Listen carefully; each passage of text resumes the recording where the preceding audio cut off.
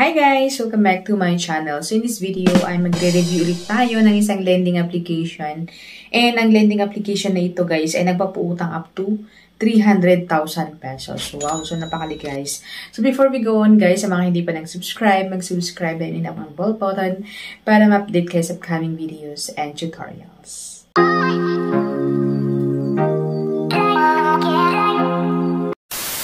Alright guys, so welcome and welcome back to my channel. So in this video nga is magre-review tayo ng isang lending application.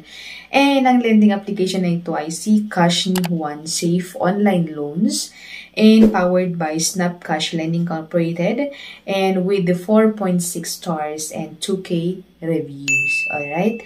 So sabi sa kanilang application, loan amount up to 300,000 pesos and free choice of repayment term up to 180 days. So, parang installment siya, guys. Okay? So, sabi dito, fast disbursement with no delays. So, let's see kung totoo nga ba, guys. Ayan.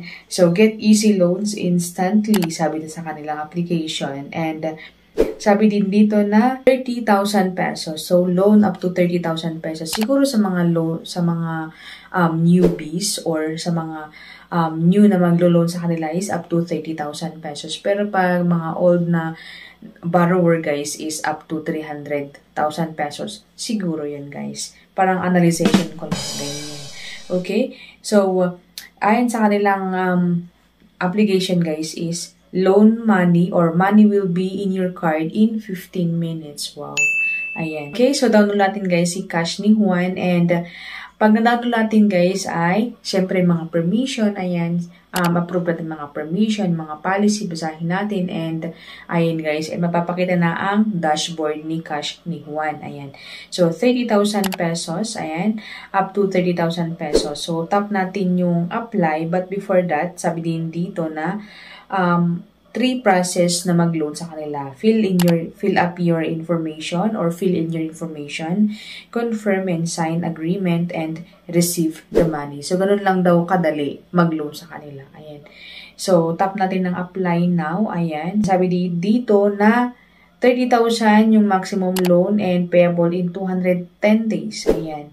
Of course, ay newbie tayo. So, magsa-sign up po tayo. Okay? So, in signing up guys ay syempre yung ating phone number magsasend tayo or mag-create tayo ng password and yung phone number ay isasend natin sa kanila. So sign up guys. Ayan and allow natin ang ating device. Ayan. So allow lang guys. Ayan. And of course ay tatanungin sa atin ang ating basic information.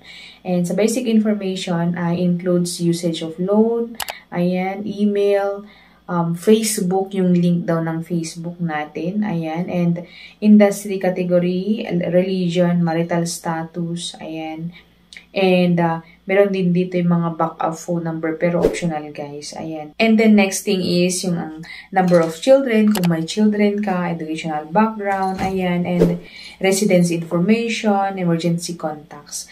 So, dito na tayo sa residence information. So, ating address, ayan. So, address natin, ilagay lang po natin kung rental or own.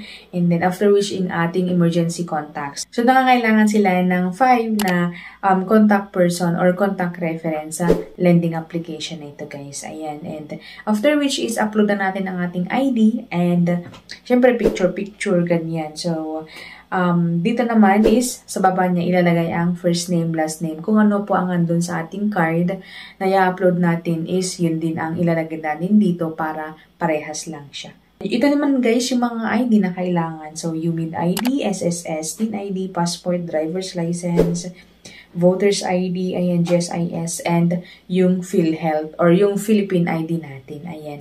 After which guys is, next na tayo. So, dito na tayo sa references.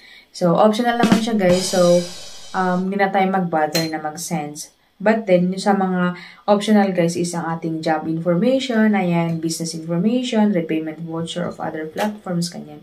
Hindi na tayo mag-send kasi optional. Parang nilagay lang nila. And then, your loan application will be submitted. Please keep your phone answered in 24 hours. We will communicate with you. Ayan. So, yun lang guys. So, wala na naman po tayong approve dito guys. Since pag mga ganun, hindi natin approve guys. Ayan.